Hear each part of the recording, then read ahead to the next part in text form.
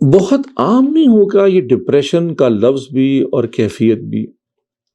مجھے لگتا ہے کہ ہر وہ چیز جو ہمارے اختیار میں نہیں ہے اس پہ حد سے زیادہ سوچنے سے ڈپریشن زیادہ ہوتا ہے. مجھے ایسا لگتا ہے کہ اللہ تعالیٰ پہ توکل کم ہو جانے کا ایک مظہر ڈپریشن ہے. مجھے لگتا ہے کہ کام کم کرنا اور سوچنا زیادہ یہ بھی ایک ڈپریشن کا باعث ہے. تو شروع ایسے کرنا چاہیے کہ دعا کریں اللہ تعالیٰ اس ڈپریشن کے مرض کو ہم میں سے، ہمارے بچوں میں بھی اب آ رہا ہے، اس کو نکال دے اور ہمیں کسی مثبت سوچ اور مثبت کام پہ لگائے.